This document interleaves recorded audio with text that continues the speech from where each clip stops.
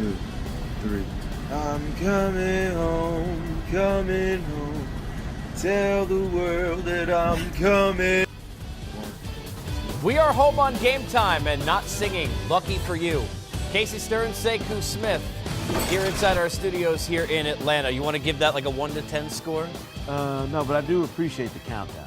Making sure everybody's coordinated, getting it right before the Remind me, camera comes where on. does he make home? Where was he from? I believe it's from somewhere near the tri-state area. All right, right? so we're saying Big Apple? That wasn't a shot at LeBron using that song, right? No. Everything's a shot. This is a conspiracy theory kind of a show. Over the next 30, we'll get to plenty on this program, but of course, a lot of talk about Kyrie, not just from us, but from those in the Cavaliers organization, most importantly. They had a press conference discussing the state of Kyrie Irving as a Cavalier. We talked about a wide range of possibilities in the future. At that time, we had not signed Kobe yet as our general manager, and there were a few other moves, I believe, that have been made that weren't made at that time. So, you know, these things are fluid. We think that Kyrie Irving is, you know, one of the best guards in the NBA. You know, he's part of a championship, 3 years straight to the finals, and, you know, we value his talent significantly. So he's a core piece of what we've done. Kyrie is a tremendous player. He has made great contributions to this franchise, and we enjoy him as a player, and we're going to keep some of the stuff in house in terms of what was said in those meetings. But he continues to be a core piece of who we are and what we do. right now, Kyrie Irving is under contract with the Cleveland Cavaliers for 2 or 3 years, depending on the last year. So as of now, he's one of our best players, and sure, we expect him to be in camp. So you're saying there's a chance. You don't really learn anything from what just happened. I think the question still becomes, what's the communication been? And the reports have been that even if there have been with, his agent representation, Kyrie doesn't seem like he's had any with the Cavaliers. Does that spell doom for you? I mean, where do you think this is right now with Kyrie Irving? Well, look, I think it's clear Kyrie Irving has made his wishes clear to the Cavaliers. He wants to be moved. They can do everything in their power to try and convince him otherwise. But once a guy comes to you face to face and tells you, hey, I want you to move me and here are the places I want to go, I don't know how you walk that back if you're Kyrie. There's no way that he shows up to training camp and says, well, it was just a big misunderstanding. I've changed my mind since I walked in and asked for the organization to trade me. To me, it becomes a deal now where if you're Kobe Altman and Dan Gilbert, it's just about finding the right deal. I don't know that there's any reason for you to try and convince Kyrie to stick around. Here's the irony. I think in a normal situation, you'd have the guy like LeBron go ahead and intervene and say, don't worry, I'll calm Kyrie down, although he is the problem, or at least that relationship is. So, no offense to Tristan Thompson or anybody else, I don't think they're going to convince Kyrie Irving. Do you think that relationship is repairable at this point? Well, I think you use the magic word that doesn't apply in this situation. Normal. This is not a normal situation, and it's never a normal situation when LeBron is involved. Again, if Kyrie has made up his mind, and I think these are champions, strong-willed guys who have some pretty obvious ideas about where they want their careers to go now and into the future, I don't know that LeBron can say anything to walk all of this back. No matter what your perspective is, if you're LeBron, and no matter what you think is going on if you're Kyrie, if you want to be the man somewhere, if you've decided, I want my own show, I want to be the guy that carries that load and has the game and the franchise on my shoulders every night, then he's got to find where that place is. And if the Cavs aren't going to facilitate it, what makes him think it'll be a smooth sail between now and the end of his contract? I mean, it's incumbent upon the organization, Casey, to do what's right for the organization and move this guy if he don't want to be there. Did you get the feeling without them saying and admitting it that the D-Rose signing was a plan B? It has to be, but they were looking for a plan B just in general, because Kyrie's a guy who needs you got to have a solid veteran backup. You're saying it's not Jose Calderon? I don't think so.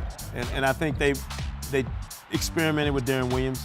Obviously, this past season, that didn't work out the way they wanted to. They're looking for somebody a little more dynamic than Calderon, obviously. A guy who can facilitate and be that extra playmaker LeBron talked about all last season. I think Derrick Rose is the guy that they're looking for, not necessarily just a plan B for a Kyrie departure, but somebody they felt like would help them either way. All right, where Kyrie goes or traded to, that's only one question. There is this whole where's LeBron going to end up after the year scenario. Here's Cavs brass on whether or not they're confident in LeBron's future. LeBron remains deeply committed to this organization. He remains deeply committed to this team and deeply committed to this city. He has deep roots to this city, and it means a lot for him to be here and compete for championships for years to come. That's his goal, and so we have shared goals. We have shared vision. When you talk to him in the offseason, it's always about how do we get better? How do we improve? Because the goal is singular. It's focused in trying to win championships. And so we're committed to him. You know, we do not control all the cards that we get dealt. A player who goes into any player, LeBron or otherwise, goes to unrestricted free agency, if the team wants them, then it becomes their decision, right? Not our decision. Refresh my memory. After na hey, hey, hey, what comes after that? I admire Kobe Altman's optimism.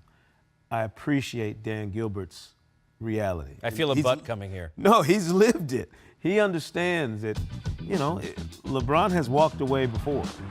That has to be on Dan Gilbert's mind, knowing what comes with unrestricted free agency at the end of this next season. So he can't be naive enough to go in there and assume anything about LeBron. He knows that LeBron's a strong-willed guy who's going to make up his own mind and won't be influenced by his connections to Cleveland and Northeast Ohio. We all remember the fallout the last time LeBron walked away. I think it will be quite different this time around, having fulfilled his promise, you know, to the fans of Northeast Ohio to bring him a championship in that drought.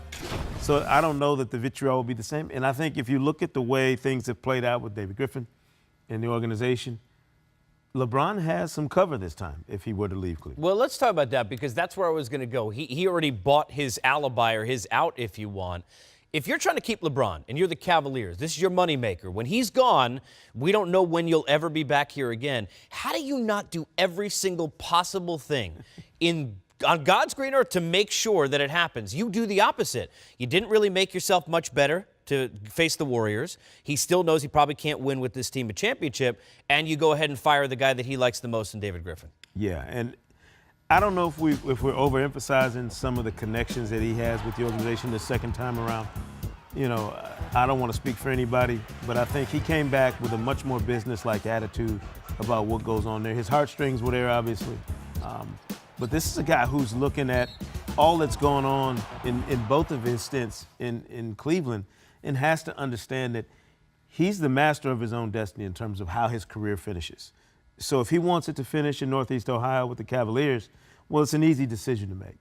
But if he's got all these other options out there and you have to weigh all of these opportunities that could be on his doorstep in free agency, that's not as easy a choice to me as a lot of people assume.